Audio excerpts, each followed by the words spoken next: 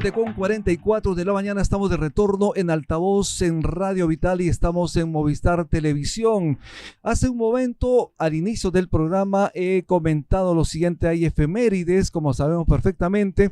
Un 12 de septiembre de 1992 se capturó al sanguinario terrorista Abimael Guzmán Reynoso, y esto no hubiese sido posible sin el trabajo especial de este grupo especial de inteligencia, el GEIN, de la Policía Nacional del Perú, de DIRCOTE, quien investigó obviamente varios domicilios en Lima con la finalidad de capturar al jefe terrorista de Sendero Luminoso, y un 12 de septiembre de 1992 cayó. Nos complace en presentar, vamos a hacer una suerte de panel sobre el tema. Vamos a estar conversando con John Cáceres Charán, ex GEIN, héroe de la democracia. ¿Cómo estás, John? Bienvenido a Altavoz. ¿Cómo estás? Muy buenos días. Bienvenido. Estoy siempre a esta casa porque necesitamos nosotros informar.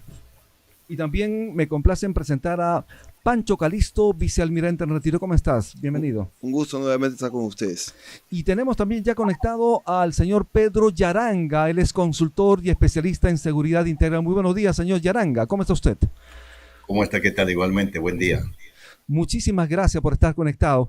John, estuviste ese día, por favor, colócate los audífonos. Estuviste ese día 12 de septiembre, 7 de la noche aproximadamente, cuando ocurrió la captura. ¿Qué estabas haciendo y qué implicó para ti realizar esta labor de inteligencia y capturar al máximo líder de Sendero Luminoso? Bueno, previamente eso, nosotros en la calle 1 Los Sauces 459, Surquillo, instalamos ahí todo un procedimiento operativo de inteligencia, que son observación, vigilancia y seguimiento, hacia la bailarina que ustedes lo conocen, ¿no? Marisa Guerrero Lecarrisco, y a Carlos Inchaustegui de Gola. Esto nace como consecuencia de una intervención anterior, donde en un carro Hyundai rojo hizo este trabajo, más que nada la captura de información, Bonilla Arévalo, ¿no? Y podemos determinar de que realmente se habían mudado de ahí, y logramos intervenir inclusive días previos unas encomiendas que venían por una línea de transporte. Uh-huh. Y dimos la seguridad del caso, ¿no? Hicimos una penetración física y vimos que había una mini UCI, habían cuadros dirigidos para Abimael Guzmán Reynoso, ¿no? Al principio, cuando se puso la vigilancia y el seguimiento a Guerrero Lecarrisco, esta mujer manejaba de tal manera cuando entraba al Zanjón que tuvimos que ponerle un carro y una moto en cada salida, porque si no ya era una persecución, y comenzamos a ver cuál era la rutina de ellos, ¿no? Cuando vimos esa cuestión, sabíamos que había una reunión muy especial ahí, porque el partido solamente tenía un solo congreso. Okay. Y comenzamos a revisar lo que ustedes ya saben, la basura, la llevamos a Cumán Blanco, detectamos ahí las colillas de los cigarrillos Winston rojos light, y unos, porque no habían deshecho todo, o sea, la extrema, no se confiaron demasiado. Y ahí ya pudimos tener la visión de que... Ya que ahí estaba. Estaba ahí, era una apariencia, una academia de ballet. Y la noche, en la tarde, cuando en la parte de arriba se enciende una luz, vimos una figura de un hombre más o menos de 1,60 m, 55, 60. Fornido, y una persona un poquito más alta, y tenía la misma vara que tengo yo ahora, porque se trasluce. Uh-huh. Y de la casa del coronel de la PIP, que no voy a decir su nombre por razones obvias, donde pusimos nosotros la vigilancia constante, se pudo detectar, y Culebra, que es un promoción mío, dio la alerta, y eso generó de que se planificara pues la acción, ¿no? La acción. Pancho Calisto, ¿qué estabas haciendo ese año, ese 12 de septiembre? Bueno, yo en ese entonces estaba en la zona de emergencia. Estuvimos ahí y recibimos esta noticia como la recibieron todos los peruanos, ¿no?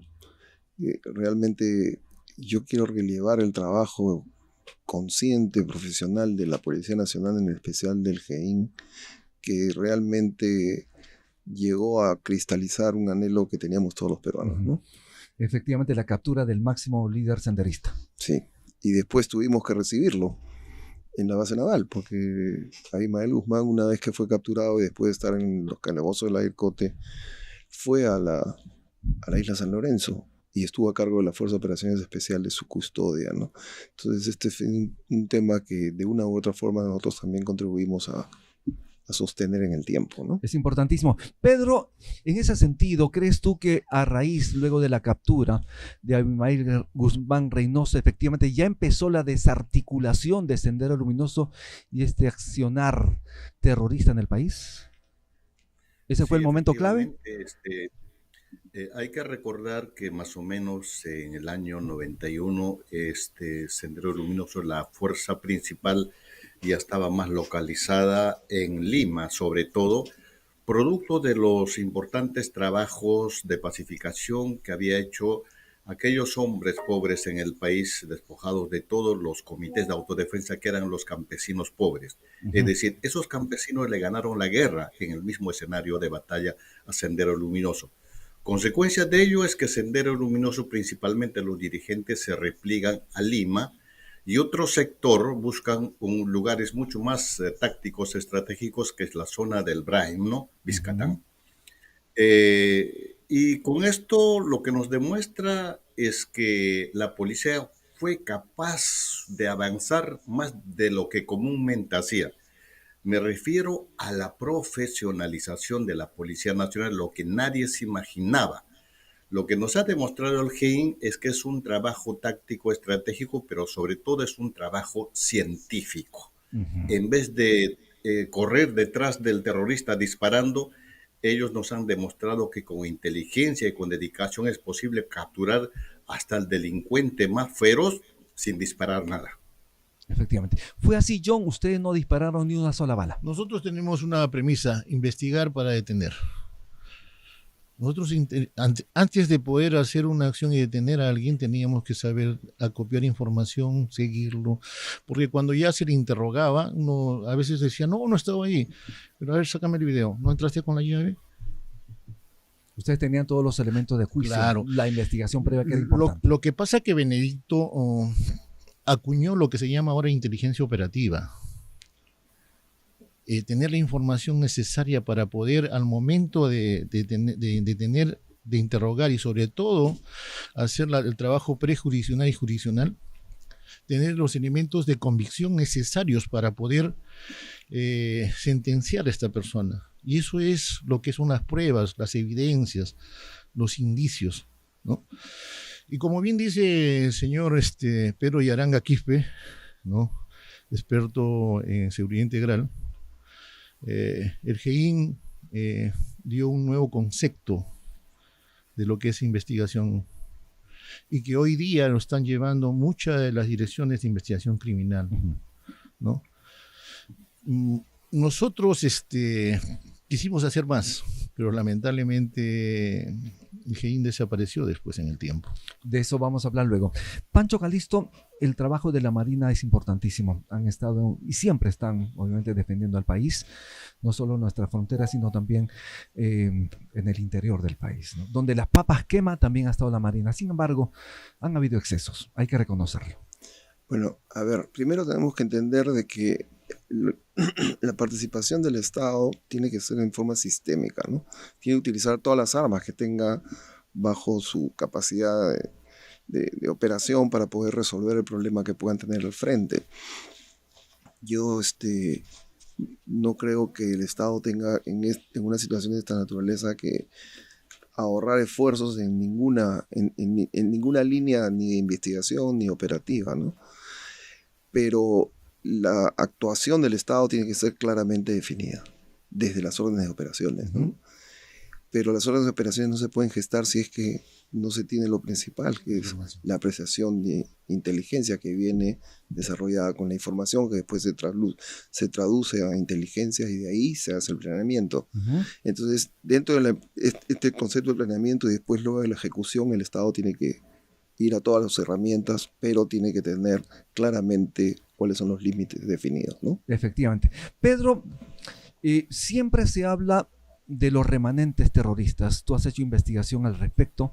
¿Hay efectivamente remanentes terroristas y ahora narcoterroristas? Y efectivamente, ¿crees tú que el Estado está haciendo lo necesario para capturar a esa gente que siempre sigue haciendo daño al país? Por supuesto que sí, pero el Estado, como en otros años, lo único que hacen es aprovechar el trabajo bueno de nuestras Fuerzas Armadas o la Policía Nacional, festejar, cantar victoria de rato en rato, y luego se preocupa continuar con ese trabajo sostenido. Si nosotros hubiéramos querido continuar, por ejemplo, con esa escuela del GEIN, profesionalizando a la Policía Nacional o las Fuerzas Armadas, hoy día tendríamos otra presentación. Lamentablemente, en los últimos años hemos dejado de profesionalizar a nuestra Policía Nacional principalmente. ¿Por qué? Porque todos los gobiernos y el mismo cuerpo de la policía, los jefes, solamente apuestan a corto plazo. Nunca apuestan a mediano y largo plazo. Profesional, a un policía, y eso se ha demostrado hasta en las aulas universitarias especializadas, lleva por lo menos 4 a 5 años y nadie quiere apostar a eso. Y los remanentes están, porque obviamente cuando se habla de terrorismo, todos dicen que terminó en el 2000, que es la fecha donde ingresa la Comisión de la Verdad y Reconciliación, obviamente con ciertos reparos, pero después casi nadie se ha encargado de profundizar esa investigación. Yo tengo un libro, Gritos desde el Silencio, que el año pasado lo he publicado, es un resumen un aporte del Bicentenario, que es paralelo a las zonas donde no ha investigado la CBR. Ahí estoy demostrando, por ejemplo, que la zona de mayor secuestro en el país fue en el Braem, la zona de la cuenca del río N, desde el año 90-91. Y que las masas cautivas ahí permanecieron años y que las muertes más feroces se han producido en esa zona. Y la gran fosa común es el gran río N, el río Apurímac, y obviamente la inmensa cuenca del río N. Cosas como esas, por ejemplo, poco se ha sabido. Cuando hablaba masas cautivas, muchos decían que está en una imaginación, pero ahí ustedes pueden revisar paso a paso de cómo se llevó ese gran secuestro. Estoy hablando por lo menos de más de 20,000 personas. Si a las 70,000 las sumamos eso, obviamente ya estamos pasando casi las 100,000 víctimas, ¿no? Son víctimas del terrorismo, víctimas de esta insanía. Aarón Salomón, ¿querías indicar algo? Sí, ¿y cómo es posible que luego de que esto que estamos hablando, de la captura de este genocida Ismael Guzmán, haya llegado un filoterrorista a Palacio de Gobierno? ¿Cómo es posible? Porque tenemos un país que tiene una memoria muy cortoplacista.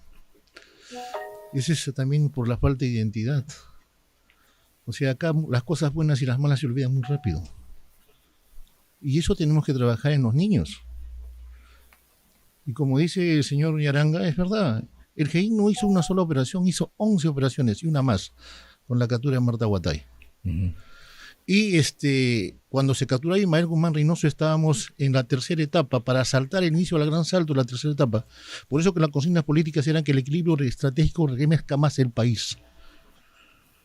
Y la tercera etapa es la ofensiva estratégica, donde ya no hay presencia del Estado. El FUNE, que es el Frente Único del Nuevo Estado, que es son las masas de donde se nutría el partido, tenían temor y miedo. Eso fue el error que cometió Ismael, porque el temor no se puede tener todo el tiempo. Y comenzaron a atacar Tarata y todo lo demás. Ese sector de la sociedad también se comenzó a ver afectado. Y acá mis honores y mi reconocimiento a las rondas campesinas, a los comités de autodefensa que han dado su vida con escopetas retrocarga, han defendido su posición. ¿Por qué? El partido primero emplaza, después aniquila, porque son marxistas, leninistas, maoístas, y hoy principalmente maoístas. Lo que está pasando en Hebrae. Que si bien es cierto, están nutriéndose su economía de economía ilegal de narcotráfico, pero todavía tienen presencia ideológica, lo que no pasa ahora con la delincuencia que está azotando el país. Es una delincuencia cuyo fin es la obtención de economía nada más. Bien, vamos a hacer una pausa. Muchísimas gracias. Estamos en este panel, La Captura del Siglo. Estamos en Altavoz en Vital y en Movistar Televisión. Haremos la pausa. Ya regresamos.